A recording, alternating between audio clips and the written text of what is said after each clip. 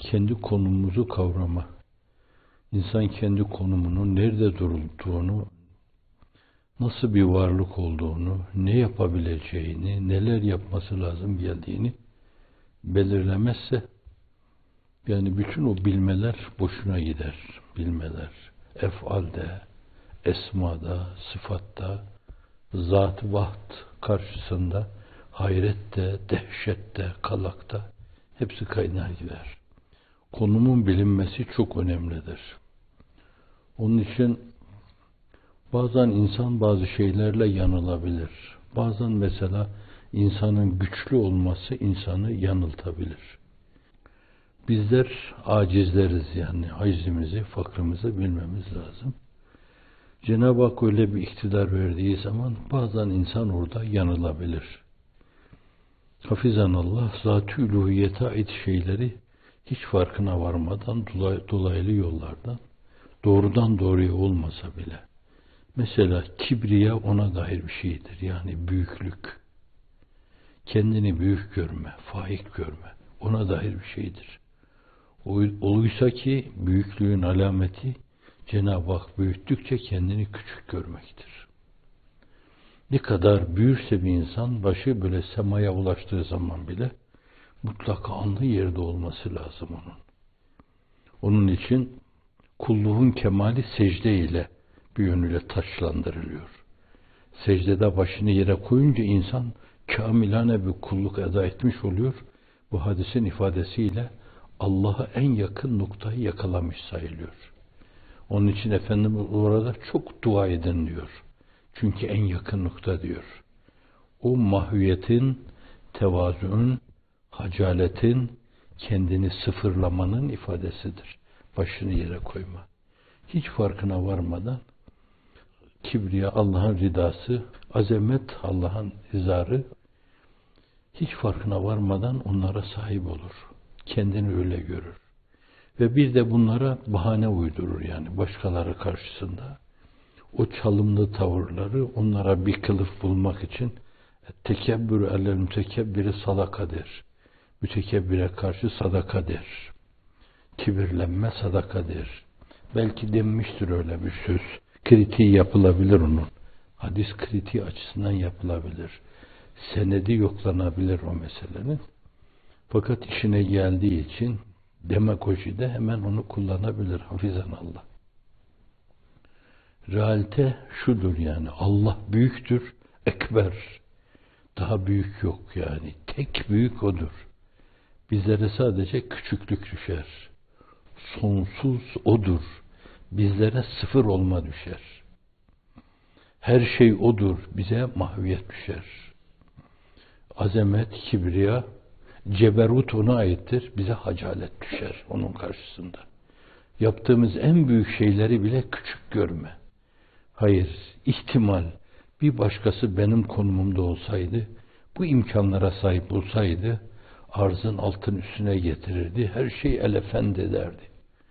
Demek suretiyle esasen kendi konumunu bir kere daha vurgulaması lazım. Farkına varmadan öyle o büyüklük çağlayanına kendini salan insanlar çok defa hem kendilerini mahvetmişlerdir, hem de çok insanın kanına girmişlerdir. Jules Sezar insanların kanına girmiştir. Napolyon insanların kanına girmiştir. Rusya'da kendi kavmine bir mağlubiyet yaşatmıştır. Çölde Cezar Ahmet karşısında kendi insanına bir mağlubiyet yaşatmıştır. Burnunu dikerek oralara kadar gelmiş, Asya'ya açılmış, Afrika'ya açılmış, fakat her ikisinde de mağlubiyetle geriye dönmüş. Ve bir dönemde de azledilmiş. Aksiyonuyla belki yeniden konumunu elde etmiş, ayrı bir mesele. Cemil Meriç merhumun deli teke dediği Hitler, öyle derler yani. Rus cephesine dayandığı zaman Alman ırkının dışında yeryüzünü Tanrım sana insansız teslim edeceğim. Bu Cenab-ı Hakk'a ait kibriya ve azamet sıfatıyla böyle kendisini ortaya koyma gibi bir şeydir.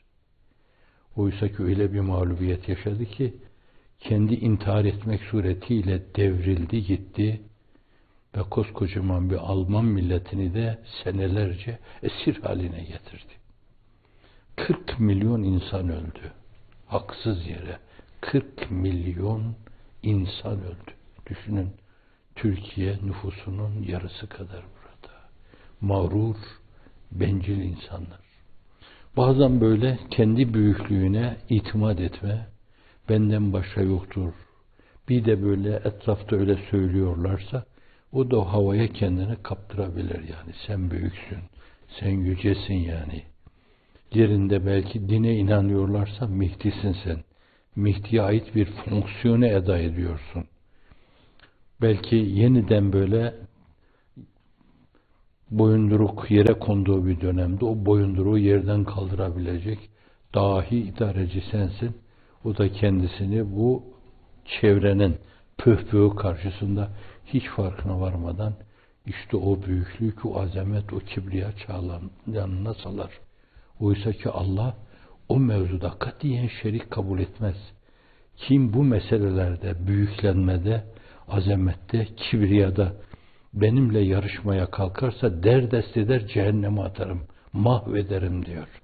Jules Sezar'ı mahvettiğim gibi, İskender'i mahvettiğim gibi, Lenin'i mahvettiğim gibi, Deli Teke Hitler'i mahvettiğim gibi, daha nicelerini mahvettiğim gibi onu da mahvederim diyor.